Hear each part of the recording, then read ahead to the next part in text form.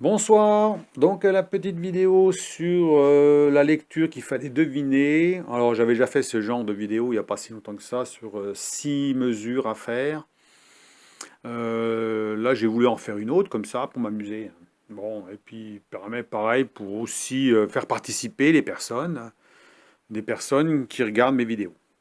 Donc, comme je vous dis, je me fiche bien de ceux des personnes qui ne donnent pas la bonne valeur. On n'est pas là pour juger. Je ne suis pas là pour juger de qui sait faire quoi, hein, de qui sait travailler, qui sait lire une lecture ou pas. Je suis pas là, on n'en est pas là, on n'est pas à la maternelle pour critiquer les personnes, hein. Moi, c'était de participer à la vidéo. Voilà, c'est ça. Donc, vous auriez pu mettre 25, vous auriez pu mettre 26, vous auriez pu mettre 30, c'est pas grave, hein. Voilà, c'est pas grave, c'est comme ça. Voilà, ceux qui ont trouvé la bonne valeur, c'est qu'ils savent s'en servir. Donc, il y en a beaucoup qui savent s'en servir puisqu'ils font de l'usinage. Donc, voilà. Donc, mais ceux qui font pas de l'usinage, un jour peut-être ils vont refaire de l'usinage. Et puis à ce moment-là, c'est bien de s'intéresser. Et la vidéo, elle est là pour expliquer aussi. Et puis pour voir peut-être l'erreur qu'ils ont faite, hein, dans la lecture. Donc là, on va s'approcher un peu, puis on va regarder. Donc dans cette lecture-là, en fait, il y a 4 lectures, hein. Il y a 4 lectures à faire pour avoir le résultat, hein. Donc on va remesurer, hein. Alors moi j'arrondis, hein, en fait, hein, j'arrondis parce que j'ai pas voulu mettre de microns, parce que sinon il y aura peut-être qui m'aurait dit des microns en plus ou des microns en moins. Alors j'ai pas voulu qu'on ait les microns, hein. Donc on met comme ça, hein. On ressort la pièce, puis je vais ajuster parce qu'on n'est pas, voilà, on met pile à 40. Voilà. Je vais le mettre un peu comme ça qu'on voit bien. Bon, on va bloquer. Donc alors, on dit bien première lecture 25. Donc on voit bien qu'ici il y a le 25 d'affiché. Donc il y a 25 mm. Comme c'est un micromètre entre 25 et 50, c'est le deuxième modèle en fait, hein, qui va donc de 25. On peut pas prendre des valeurs en dessous de 25. Donc il va de 25 minimum jusqu'à 50. Donc là on lit 25. Donc déjà on peut écrire 25. Alors je vais le mettre pour qu'on voit mieux. Voilà, on met 25. Voilà. 25,00. On n'oublie pas les zéros, mais il n'y a pas les zéros des microns, hein. Donc voilà, on ne va pas s'emmerder avec les microns. On est déjà au centième. Donc ensuite, on compte le nombre de graduations qui est après le 25. Bien entendu, avant, on vérifie s'il n'est pas à 30. Parce que s'il est à 30, c'est pas la peine de compter, hein. Ça veut dire qu'ici, si j'avais 0 ici, puis que là, c'est sur le 30, c'est bon, hein, il est à 30, terminé, rideau, la lecture est finie. Mais on n'est pas à 30, parce qu'on n'est pas sur le 0 ici. Donc alors, on compte le nombre de graduations qui est après le 25. Donc on compte 4 graduations. Donc on rajoute 4 mm. 4,00. Deuxième lecture. Troisième lecture, les demi-millimètres qui sont en dessous, ici, les petites graduations.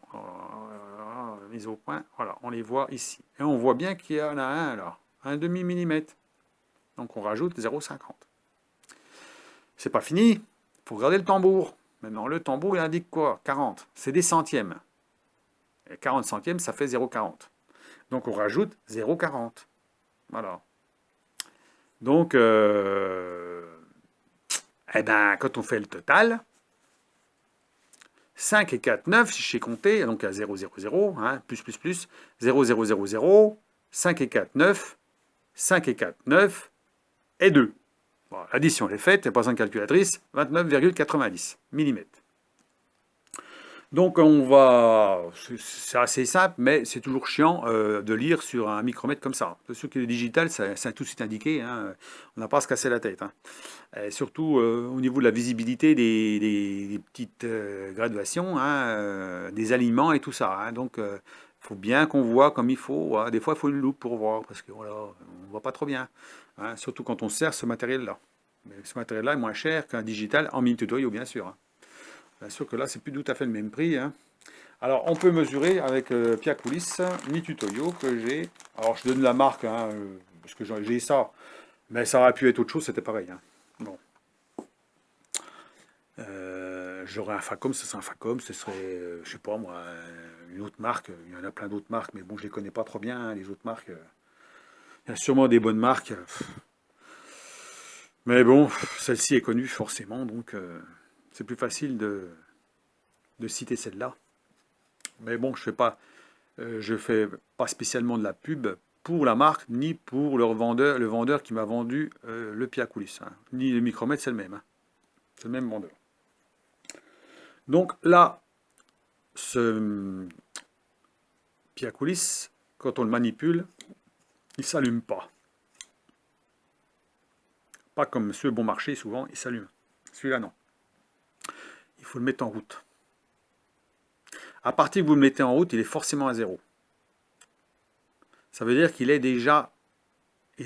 Celle-ci ici, il a été si vous voulez, comment on appelle ça, il a été réglé, enfin réglé. On l'a étalonné au début, quand on a mis la pile. Donc comme on l'a étalonné avec cette touche-là, on n'y touche plus.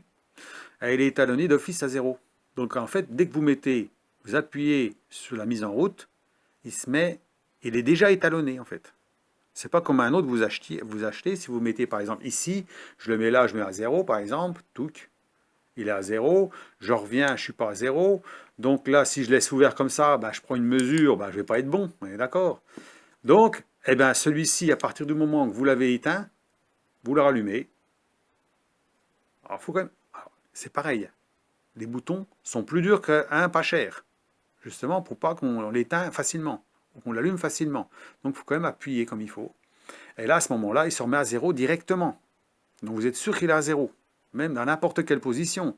J'aurais pu l'allumer, l'éteindre comme ça, puis le rallumer comme ça, il va s'allumer toujours en étant précis. C'est ça qui est bien. Et bien là, vous pouvez mesurer, et vous avez la valeur qui va s'afficher, 29,90. 89,90. Alors comme je vous dis, ça a été... J'ai mis le micromètre, je l'ai ajusté à 40. Mais il n'est pas tout à fait à 40, hein. Voilà. Donc 89. 90, voilà. Et là, entre les deux, on va dire, entre 90 et 89. Hein. Il n'est pas tout à fait, hein, parce que je l'ai ajusté. Donc voilà. Donc ça permet d'avoir la lecture directe, hein. Voilà. Comme ça, quand vous utilisez le pied à coulisses, vous avez une valeur. Après, vous pouvez ajuster avec celui-ci, c'est moins compliqué à lire après. Voilà. Ça vous fait une lecture plus simple. Donc voilà. Donc vous faites attention alors je recommence sur les contrefaçons, hein, sur Le Bon Coin, il y en a qui ont des comme ça, hein. Alors faites attention surtout que la photo soit contractuelle, la photo soit réelle, la photo du pied à coulisses que vous allez acheter, hein, et pas une photo prise dans un magazine ou je sais pas quoi, quelque part sur internet, qui vous montre le vrai en fait. Que celui que vous allez recevoir, ça sera un faux. Donc, demandez des photos. Pour être sûr, si c'est sur Le Bon Coin, demandez des photos. Et les photos, vous allez vous rendre compte des détails que j'ai bien mentionnés. Et les détails que j'ai mentionnés pour que ça soit sûr que ça soit un vrai. Et que le mec, il va vous montrer les photos que vous voulez. Donc, photo de la face, photo du dessus, photo de l'arrière, ouvert, comme ça. On voit bien l'arrondi ici. Hein. La photo peut-être de la référence, du numéro de série, hein. Comme ça, vous serez sûr que celui que vous allez recevoir, c'est celui-là avec le vrai numéro de série. Et cette ligne ici, là, la petite ligne fine qu'il y a derrière, là, en général, c'est un vrai. S'il était moitié moins comme ça, puis plus épais, c'est un faux. Donc si vous voyez ça, c'est que c'est un faux. Si vous voyez une grande, c'est que c'est un vrai. Donc voilà. Donc voilà, si vous achetez sur Le Bon Coin. Par contre, si vous achetez sur AliExpress, il y a des photos du vrai. J'ai regardé sur AliExpress, il y en a plein, hein. Vous avez la photo du vrai, mais c'est pas un vrai. Il est à 25 euros. Donc c'est pas possible. On est d'accord. À 25 euros, on va pas vous vendre un truc qui coûte 5 fois, 6 fois plus cher. C'est pas possible ça. Donc c'est forcément un faux. Malgré que les commentaires dessus qui disent que c'est un vrai, parce qu'ils trouvent qu'il revient bien à zéro, parce qu'ils trouvent qu'il ressemble à un vrai. Oui, d'accord, oui, mais c'est un faux. Voilà, c'est tout. Maintenant, il y en a qui s'en foutent, hein. Ils achètent un faux et puis ils leur vendent sur Le Bon Coin. Ils leur vendent 2 fois plus cher, 3 fois plus cher. Voilà. Donc, ça peut être une solution, hein, pour se faire de l'argent. Qu'est-ce qu'on ferait pas? Donc, voilà. Donc, c'est tout ce que j'ai à dire là-dessus, hein. Donc,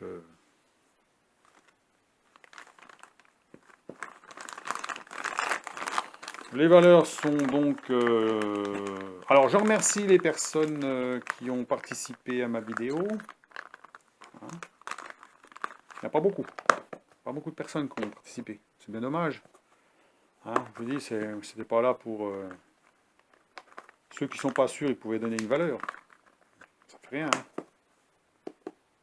On n'est pas obligé de lire non plus les commentaires pour savoir, dire, lui, il a mis quoi, on va copier sur lui pour me donner une valeur. Non, c'est pas la solution. La solution, c'est de donner sa propre lecture. Et puis, si c'est pas bon, bah tant pis, hein, c'est pas grave. On s'en fout. Hein. Le tout, c'est de participer, c'est tout. Hein. Voilà. Donc, eh ben, je remercie donc les personnes qui regardent mes vidéos, hein, que ce soit sur YouTube, surtout sur YouTube, parce que sur les short vidéos, j'en fais pas beaucoup. Hein. En fait, j'ai remarqué un truc, c'est que bah, des fois, on met des trucs, bah, j'ai mis des petites vidéos un peu blagounettes, là, des trucs rigolos, là. Ah, vous avez 10 000 vues en rien de temps, quoi. Ah, c'est ça. Vous avez énormément de vues.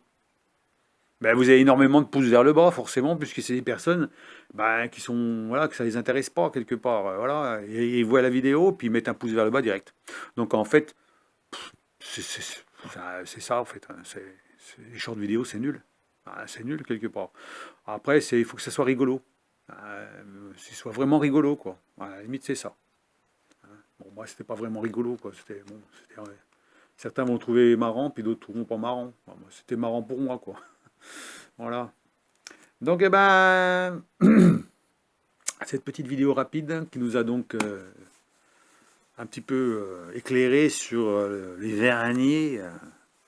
Alors, je sais que maintenant, on est plus dans les visus, les trucs électroniques, les machins et tout, c'est sûr. Hein. Dans le temps, on ne travaillait pas comme ça, il n'y avait pas d'électronique comme ça. On avait tous des vernis, c'était tous des machins comme ça. Puis il fallait se démerder avec. Aujourd'hui, j'en suis encore là, moi. Sauf encore ben, certains instruments qui sont digitales, mais j'en ai encore qui sont comme ça, vernis normal. Le tour, pas de visu. La fraiseuse, pas de visu. Puis je pense que j'en mettrai pas. Pourquoi? Parce que j'ai l'habitude comme ça. Et puis, bah, c'est bien de lire aussi les verniers. Ça fait travailler un peu la tête aussi, hein, que de voir un truc tout écrit, hein, des fois. Et puis au moins, je sais pas, on sent plus la mécanique dans les doigts. C'est vrai que c'est autre chose, quoi. Et puis ça demande pas tout un bazar pour mettre tout en place, hein, parce que mettre une visu sur quelque chose, sur une fraiseuse ou sur un tour, c'est compliqué. Ça c'est pas comme ça se fait pas en 2 secondes. Hein, faut le mettre comme il faut faire attention aux copeaux qui ne rentrent pas dans les règles, il faut faire attention à tout ça.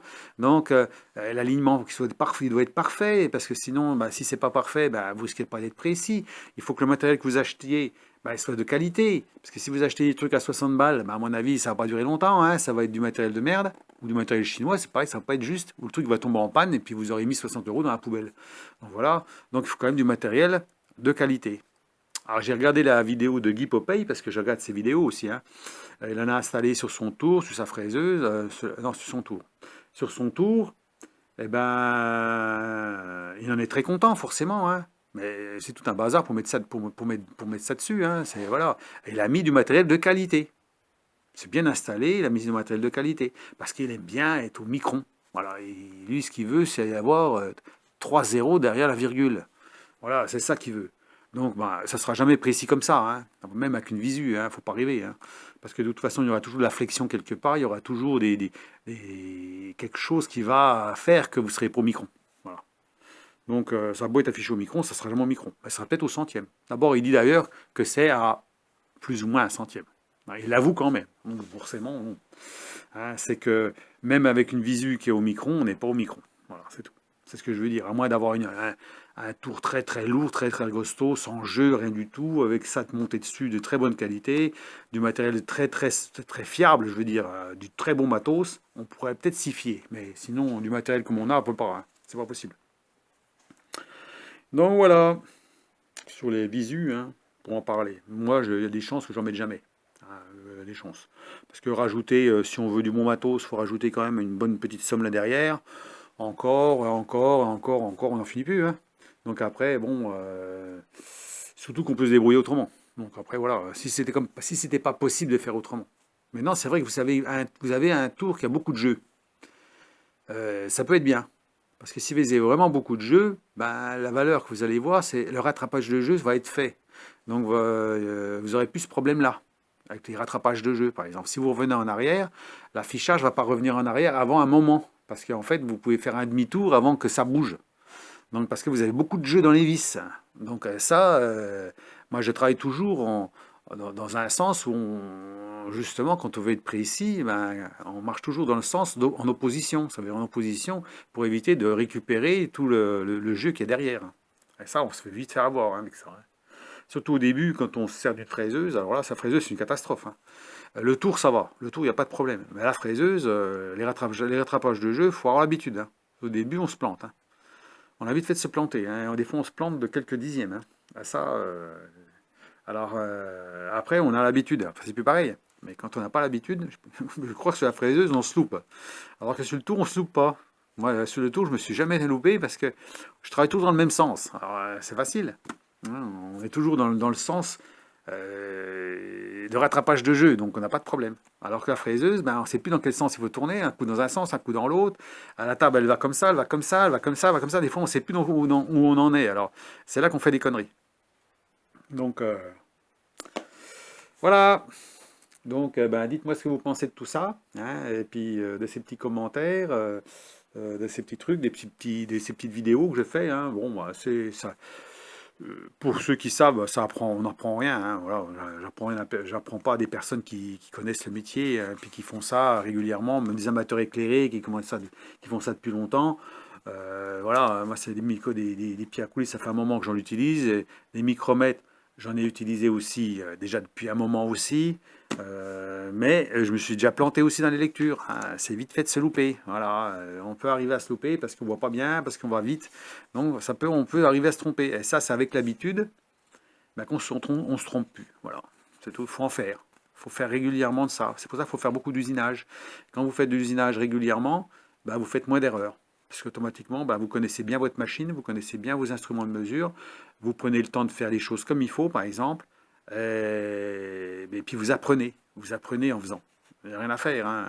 C'est en forgeant qu'on devient forgeron. Ben là, c'est pareil. Si vous manipulez pas votre machine pendant un an, vous revenez dessus, ben, des chances que vous refassiez des conneries. Parce qu'à la limite, ben, vous perdez certaines choses. Voilà. Alors que si vous faites ça tous les jours un peu, peut-être pas tous les jours, mais régulièrement, eh ben, les erreurs, ben, vous allez les gommer. Vous allez faire très peu d'erreurs. Voilà. En fait, ou alors ce serait une erreur de conception. Vous avez fabriqué quelque chose qui n'est pas parfait parce que vous n'avez pas bien étudié le problème au départ. Donc si vous n'avez pas étudié le problème au départ, à la fin, bah, peut-être que ça n'a pas bien fonctionné. Mais bon, c'est parce que vous n'avez pas bien réfléchi. Donc ça, c'est encore autre chose. Voilà. Donc, eh ben, je vous laisse et puis ma foi, ben, dites-moi ce que vous en pensez. Et puis, je ferai encore une petite vidéo sur le Mitutoyo, là, sur le pied à coulisses, pour donner la conclusion. Hein. Alors j'en reparlerai un peu parce que ça fera 3 vidéos là-dessus. Ça fait peut-être beaucoup, mais pour ceux qui veulent vraiment acheter, c'est intéressant savoir vraiment si ça vaut vraiment le coup d'acheter ou pas, et si on peut s'en passer ou pas, et si on peut acheter autre chose ou pas. Euh, Parce que certains ils disent bah, je veux du Mitutoyo, je veux rien, ou j'en veux pas parce que c'est trop cher. Voilà, chacun voit sa midi à sa porte. Voilà, c'est tout. Après, je sais que j'en connais qui ne veulent pas en acheter à cause des contrefaçons. Voilà. Parce qu'ils ont peur de se faire avoir. C'est ça le problème. Donc voilà, c'est tout. Alors, c'est bien dommage parce que ça fait une mauvaise image de marque, de cette marque qui est exceptionnelle. On peut dire qu'elle est toujours bien notée. On peut regarder dans les classifications. Elle est elle est au-dessus. Elle est au-dessus. C'est le haut de gamme. Je ne sais pas s'il y a au-dessus de ce pied à coulisses là. Je ne sais pas. Je ne sais pas si on trouve quelque chose de mieux que celui-là. Peut-être équivalent, mais mieux, je ne sais pas. Voilà. Donc c'est ce que je peux dire là-dessus. Sans faire de la pub, bien sûr. On peut acheter ce qu'on veut, mais surtout n'achetez pas, si vous voulez de la précision, à 10 euros, vous n'aurez pas forcément très précis. Je vous ai montré, on appuie plus ou moins un peu plus fort dessus ou quoi que ce soit, ça change tout de suite. Il faut remettre à zéro régulièrement, c'est jamais parfait. Donc ça donne une valeur d'approche, mais ça ne donnera pas une précision. Voilà. Alors que là, on commence déjà à avoir de la précision. C'est ça le truc. D'abord, quand on voit les valeurs affichées, c'est assez précis quand même. Mais c'est pareil, il faut savoir l'utiliser, hein. On n'appuie pas comme un bourrin en disant je vais essayer de récupérer 2 centièmes pour me faire plaisir, hein, parce que j'ai envie que la valeur elle soit à telle valeur. Non, on prend la valeur, on appuie toujours pareil dessus, on mesure, et si c'est pas bon, bah, c'est qu'on s'est loupé. Si on en enlevait de trop, bah, c'est trop tard, et si on en enlevait, bah, on n'a pas enlevé assez, bah, il faut en enlever un peu plus, puis voilà, c'est tout. Hein. On n'appuie pas un peu plus pour dire ah bah c'est bon. Non, non, c'est pas ça. Le but du jeu, c'est pas de faire ça. Bon, voilà. Et c'est un peu ce qu'on fait un peu avec le pied à coulisses, hein. On a tendance certains ont tendance à appuyer plus fort pour avoir la bonne valeur, hein. Non, hein, non. Alors que le micromètre, non, on peut pas, hein. Dès qu'on le cliquet se met en route, normalement c'est bon, hein. Voilà. On a beau tourner, tourner, tourner, normalement ça change pas. Si ça change encore, c'est que vous n'êtes pas bien appuyé. Voilà. Donc c'est pour ça qu'il faut bouger un petit peu en même temps puis cliquer, hein, parce que sinon, ben, des fois, vous n'êtes pas bien en appui.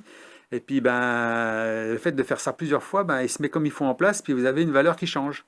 Voilà. Bon, bah, sur cette vidéo, ce coup-là, je vous laisse, et puis bah, dites-moi ce que vous en pensez, hein. Alors pour l'instant, je ne fais pas grand-chose, hein. J'ai en usinage, et j'ai usiné des cils en bloc. Des cils en bloc pour mettre sur mon établi de tour à métaux. Alors je l'ai fait avec pas du polyéthylène, c'est quoi ça? Un truc que j'ai acheté chez Mecasource, ça, qui fait 100 bars, c'est du PU 90. C'est du cil en bloc. Pour faire des cils en bloc assez rigide quand même, mais quand même qui est mou. Et on peut l'usiner quand même. Ça veut dire que le caoutchouc, on ne peut pas l'usiner, c'est trop mou. Mais là, c'est une dureté suffisante pour être usiné, mais c'est quand même souple. Donc, ben, mon établi est fixé sur le mur avec des tampons caoutchouc, ce coup-là. Et puis là, ben, ça ne vibre pas. Et puis l'établi est quand même fixé au mur, ce qui permet de... On ne sait jamais ce qui peut arriver, parce que vous savez qu'un tour, quand même, c'est pas très large, hein. C'est long, mais c'est pas large. Et si un jour, bah, mettez quand même une chaîne sur le mur ou quoi que ce soit, on ne sait jamais. Imaginez que vous tombiez, vous vous raccrochez après le tour, vous tombez en arrière, et puis le tour il vient sur vous, bah, vous allez prendre 200 kilos sur vous, alors que bah, il vaut mieux qu'il soit fixé au mur. Hein, voilà, soit avec une chaîne, soit avec quelque chose, ou moi il est vissé au mur. Maintenant, il n'y a plus de vibration parce qu'il est avec des cils en bloc. Mais moi, je pourrais m'accrocher après, ben, je risque pas de. Voilà, je peux me pendre après, il ne va pas tomber, hein.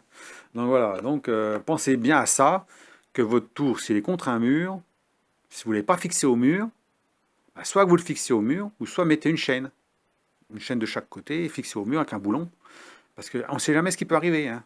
Parce que s'il vient à basculer, vous tombez en arrière, vous raccrochez, on ne sait jamais, vous raccrochez autour, puis vous tombez en arrière. Vous savez comme c'est, hein, avec l'instinct, on a tendance à s'accrocher à quelque chose.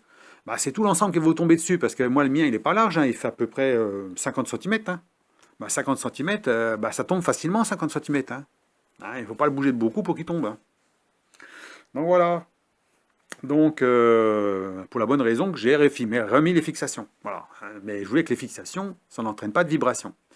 Et j'en ai mis un cil en bloc aussi sur la fixation du téléphone, où je pose, on voit la fixation dans les shorts vidéo, on voit où je mets la fixation, j'avais mis des morceaux de trucs mous, j'ai tout enlevé ça, et j'ai mis 2 cils en bloc.